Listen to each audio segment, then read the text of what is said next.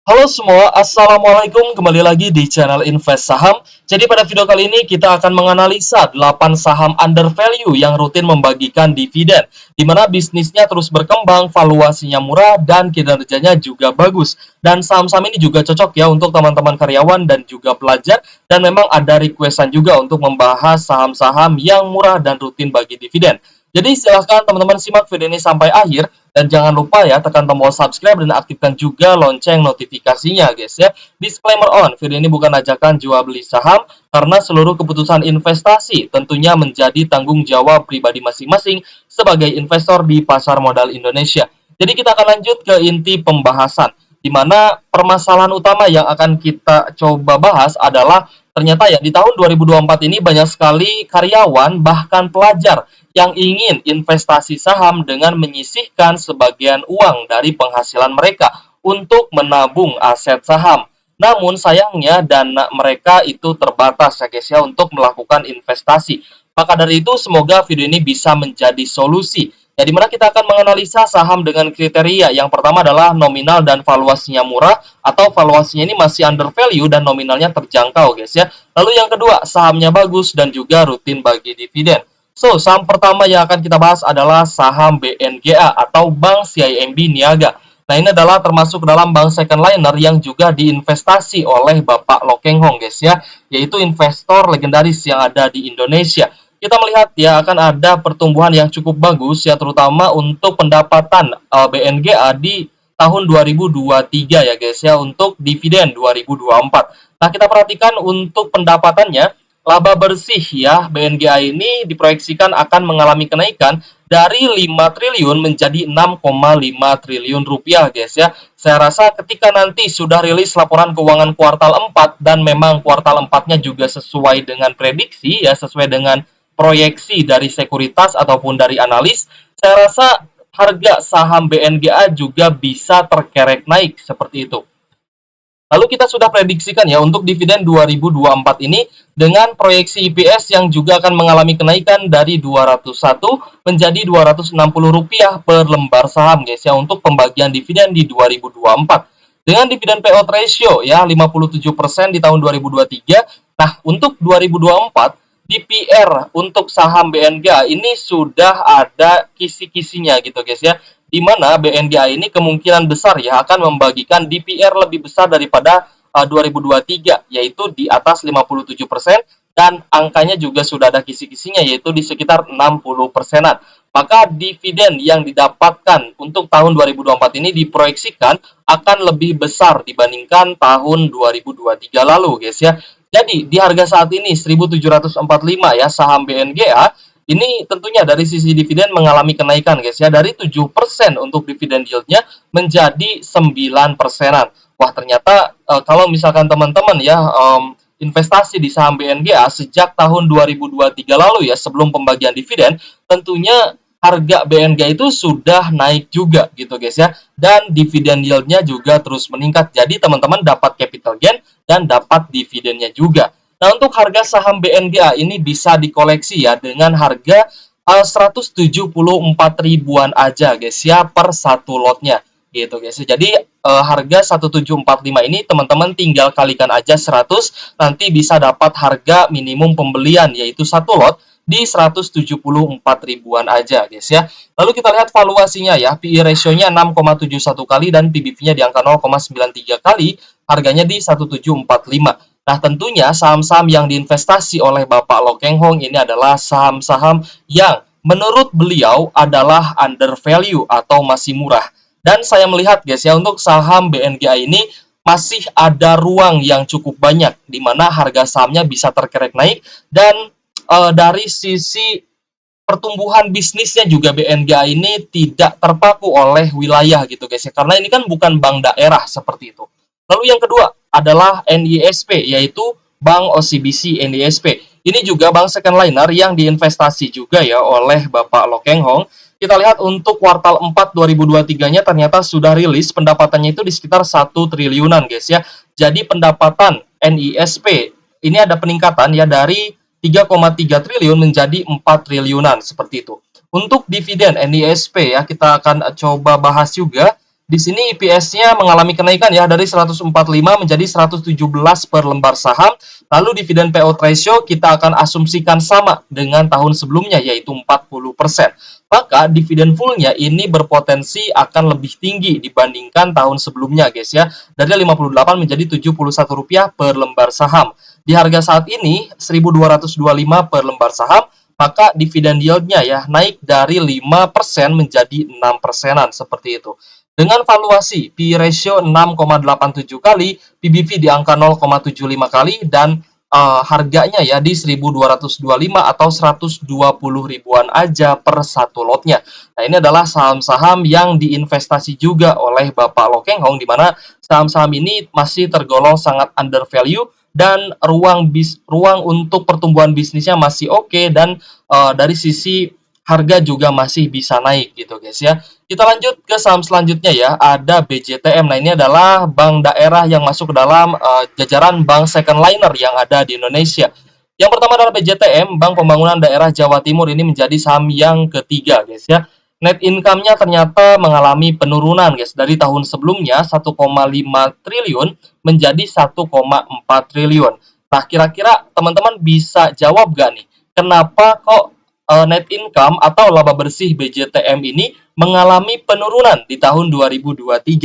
Kalau saya melihat ya, memang ruang untuk bertumbuh gitu guys ya untuk saham BJTM ini saya rasa sudah semakin berkurang gitu guys ya, karena ini kan bank daerah ya, bank daerah Jawa Timur, jadi ya ekspansinya itu terbatas oleh daerah Jawa Timur aja seperti itu. Kecuali mungkin ada kebijakan-kebijakan lain ya yang bisa ibaratnya buka cabang di daerah lain, tapi saya rasa sih ya hanya terbatas di daerah Jawa Timur aja, dan ini yang menjadikan BJTM itu ruang untuk bertumbuhnya itu agak sulit gitu guys ya. Mungkin BJTM ya bisa ekspansi ke bank digital atau mungkin lain-lain ya, itu bisa lah ya, nanti mungkin akan ada progresnya. Oke guys, jadi kita akan coba bahas guys ya mengenai dividen BJTM, di mana EPS-nya juga mengalami penurunan ya karena laba bersihnya juga turun. EPS-nya turun dari 103 menjadi Rp97 per lembar saham. Dividen payout ratio kita asumsikan sama ya 51%, tapi ya syukur-syukur bisa bagi DPR yang lebih tinggi gitu guys ya. Jadi kalau misalkan DPR-nya sama, dividen yield-nya juga tetap di 8%, dan dividen finalnya ini diprediksikan akan sedikit mengalami penurunan ya, dari Rp53 menjadi Rp49 per lembar sahamnya. Di harga saat ini 655 per lembar saham, dividen yield-nya itu sekitaran 8%. Ya mungkin 7 sampai 8%-an gitu guys ya, karena menjelang pembagian dividen nanti biasanya harga saham itu akan mengalami kenaikan. Begitupun juga dengan BJTM. Nah, untuk BJTM ini ada kemungkinan dia akan bagi dividen ya sekitar bulan Februari atau mungkin Maret gitu guys ya. Itu lebih cepat karena saya sempat melihat ya guys ya bahwa secara historical BJTM ini juga sebenarnya sempat ya membagikan dividen di bulan Februari seperti itu. Jadi mungkin dipercepat gitu guys ya. Dari sisi valuasi, BJTM ini masih under value, PE ratio-nya 6,69 kali, price to book value-nya 0,81 kali, dan harga saat ini di 655. Atau teman-teman bisa mengkoleksi saham BJTM itu hanya dengan melakukan pembelian ya sebesar 65 ribuan aja guys. Jadi dari nominal ini sangat murah ya guys ya. Kita lanjut ya ke saham BJBR. Nah, untuk BJBR ini adalah Bank Pembangunan Daerah Jawa Barat dan juga Banten. Kita lihat dari sisi net income, untuk laporan kuartal 4 2023 ternyata belum rilis ya, tapi memang diproyeksikan akan mengalami ya penurunan dari 2,3 triliun menjadi 1,9 triliun. Lalu kita perhatikan juga dari EPS-nya mengalami penurunan dari 219 menjadi 182. Kita asumsikan DPR-nya sama, maka dividen final yang akan dibagikan oleh BJBR ini diproyeksikan juga akan turun ya dari 103 menjadi Rp86 per lembar saham. Di harga saat ini 1.160, maka berpotensi bagi dividen dengan yield 7%-an untuk tahun 2024 ini guys ya. So silakan teman-teman menimbang ya kira-kira dari BJTM dan juga BJBR mana nih yang lebih membuat teman-teman tertarik seperti itu guys ya. Lalu dari sisi valuasi, untuk BJBR PER-nya di angka 6,38 kali, PBV di angka 0,81 kali, dan harga sahamnya 1.160 per lembar saham atau 101 ribuan ya guys ya per lotnya seperti itu. Kita lanjut ke saham selanjutnya ya, ada saham POWR, yaitu di sektor utilitas ya guys ya, di mana POWR ini diproyeksikan untuk laba bersihnya bisa mengalami kenaikan nih dari 1,1 triliun menjadi 1,5 triliun. Tentunya ini menjadi angin segar ya buat teman-teman yang memang sudah investasi sejak lama di saham POWR, yaitu PT Cikarang Listrindo Tbk. Lalu kita akan prediksikan juga untuk dividennya di mana EPS-nya juga mengalami kenaikan ya dari 70 naik menjadi 98 per lembar saham. Dengan dividen payout ratio yang sama, kita asumsikan sama gitu guys ya. Maka dividen finalnya itu berpotensi Rp63 per lembar saham karena ini sudah bagi dividen interim ya guys ya, sekitar Rp29 per lembar saham. Maka dividen final ini juga ada kenaikan nih dari Rp42 menjadi Rp63 per lembar saham. Jadi, total dividen yang bisa teman-teman dapatkan ya untuk tutup buku 2023 yang akan dibagikan di 2024 adalah sekitar Rp92 per lembar saham dengan dividen yield di harga saat ini yaitu sebesar 13%. Lebih tinggi dibandingkan tahun 2023 yang hanya 9% aja guys ya. Jadi untuk valuasi POWR, PER-nya di angka 7 kali, PBV-nya 0,99 kali, dan harganya itu di Rp700 per lembar saham atau Rp70.000 per lotnya gitu guys ya. Kita lanjut ke saham IPCC, yaitu PT Indonesia Kendaraan Terminal Tbk. Nah, IPCC ini adalah perusahaan operator pelabuhan guys ya. Jadi kalau misalkan ada barang-barang yang datang gitu guys ya dari luar negeri itu disimpan di pelabuhan dulu sebelum nanti didistribusikan seperti itu guys ya. Nah, dari sisi net income IPCC juga akan mengalami kenaikan ya, diproyeksikan akan mengalami kenaikan dari 162 miliar menjadi 189 miliar di tahun 2023. Maka IPS-nya pun ya akan mengalami kenaikan dari 89 menjadi 104. Dividen payout ratio kita asumsikan sama, maka dividen full-nya itu juga berpotensi akan naik dari 61 menjadi Rp72 per lembar saham. Dividen interim yang sudah dibagikan sebesar Rp12 per lembar saham, maka dividen finalnya juga naik nih dari 49 menjadi Rp60 per lembar saham. Dengan dividen yield ya akan mendapatkan ya di tahun 2024 ini sebesar 10%. Di harga saat ini 690. Ya, jadi teman-teman bisa koleksi saham IPCC di harga 69 ribuan aja untuk satu lot sahamnya. IPCC ini memiliki valuasi PE ratio 6 kali dan PBV di angka 1 kali guys ya. Jadi masih under value lah ya untuk IPCC ini, apalagi berpotensi membagikan dividen ya dengan yield 10% gitu guys ya. Kita lanjut ke saham selanjutnya, ada Demas, yaitu PT Pura Delta Lestari Tbk. Ini adalah salah satu perusahaan ya di sektor properti dan juga real estate. Nah, jadi untuk pendapatannya di tahun 2023 diproyeksikan akan mengalami penurunan ya dari 1,2 triliun menjadi 811 miliar. Kita perhatikan dari prediksi pembagian dividen.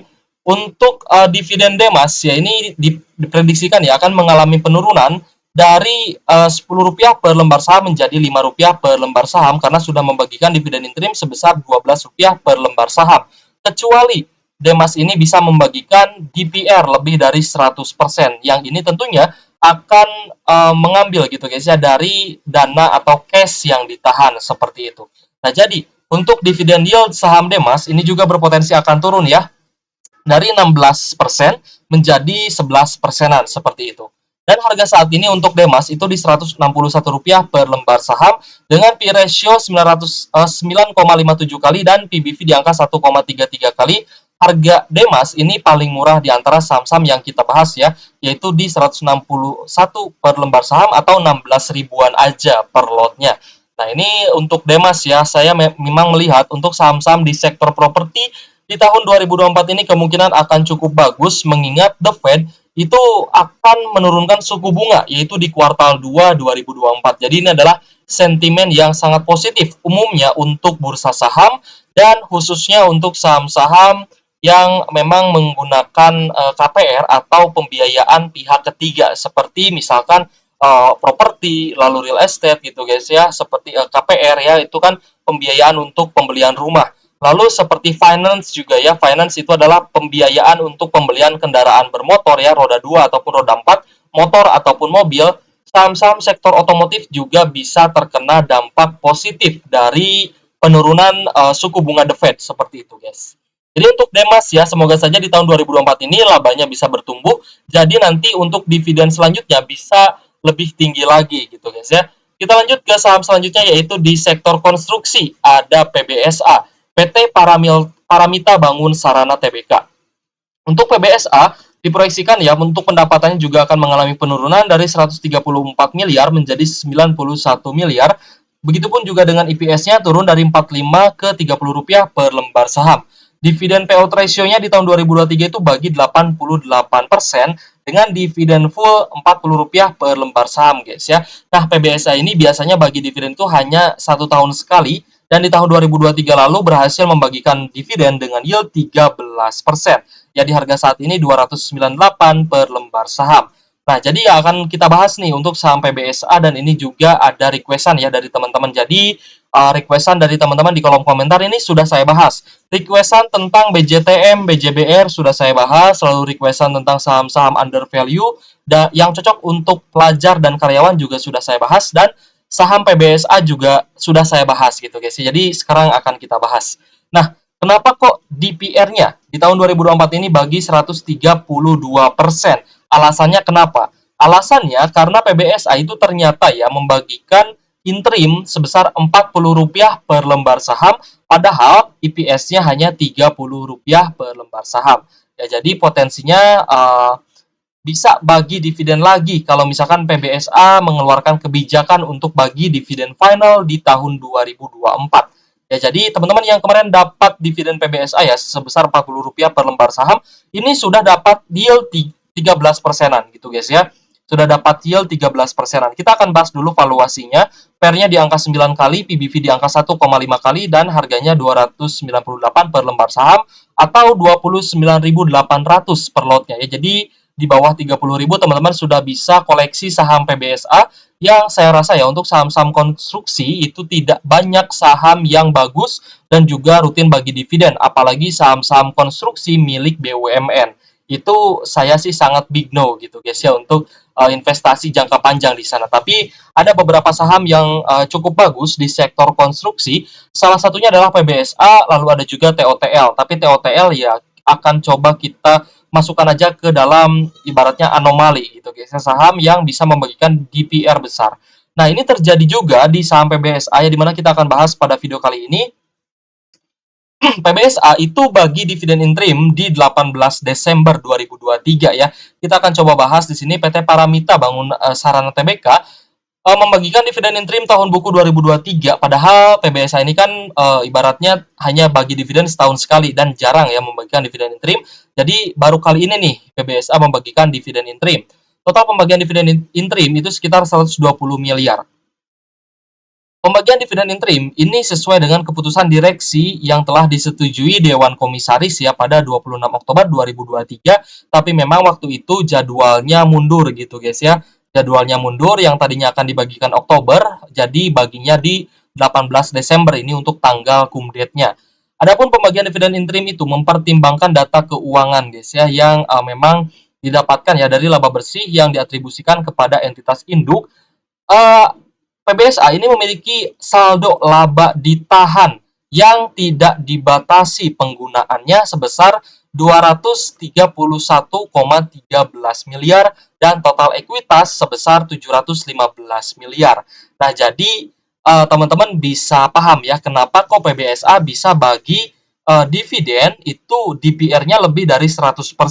Oh, karena ada saldo laba ditahan yang tidak dibatasi penggunaannya dan ada ekuitas sebesar 715 miliar. Untuk dividen ya yang kemarin sudah dibagikan di Desember 2023 itu sebesar 120 miliar gitu guys ya. Jadi PBSA ya dari sisi saldo yang ditahan gitu guys ya, saldo laba yang ditahan ini yang masih sisa banyak gitu guys ya. Ya tinggal teman-teman kurangi aja ya, 231 miliar kurangi 120 miliar. Dan PBSA juga ternyata masih memiliki ekuitas atau modal kerja sebanyak 715 miliar seperti itu guys ya. Jadi, apakah PBSA ini saham bagus ya? Saya sih bisa jawab bahwa PBSA ini adalah salah satu saham konstruksi yang punya masa depan yang cukup bagus gitu guys ya. Tapi teman-teman harus pantau Pantau dari mananya? Pantau dari sisi laba bersihnya. Kalau misalkan laba bersihnya ini terus turun, teman-teman harus hati-hati. Tapi kalau misalkan laba bersihnya ini bisa meningkat dan ada peningkatan, ada kenaikan, nah teman-teman bisa lanjutkan untuk investasi di saham PBSA. Seperti itu guys ya. Saya sangat menitik beratkan ya untuk investasi jangka panjang. Ini teman-teman, meskipun ya saham tersebut itu rutin bagi dividen, tapi harusnya ya teman-teman sebagai investor ini harus selalu memantau pertumbuhan, kinerja, dan juga pendapatan, begitupun juga dengan laba bersihnya. Karena laba bersih inilah yang nantinya akan dibagikan sebagai dividen. Ketika laba bersihnya turun, EPS-nya turun, nantinya pembagian dividen itu tidak akan lebih besar dibandingkan tahun sebelumnya yang bisa menyebabkan harga sahamnya turun. Seperti itu guys ya. Oke guys, jadi banyak sekali ya pertanyaan di kolom komentar. Kita akan coba jelaskan satu persatu buat teman-teman ya dalam bentuk konten. Biar teman-teman bisa save videonya, bisa ibaratnya bisa nonton lagi kalau misalkan perlu. Nah nanti pembahasan mengenai teknik, baik itu teknik untuk entry ya, cara untuk entry ataupun tips untuk tidak terkena dividen trap. Nah, ini akan kita bahas juga gitu guys ya. Jadi silahkan tunggu video selanjutnya guys ya. Terima kasih sudah menonton dan support channel Invest Saham. Thank you for watching. See you on the next video. Wassalamualaikum warahmatullahi wabarakatuh.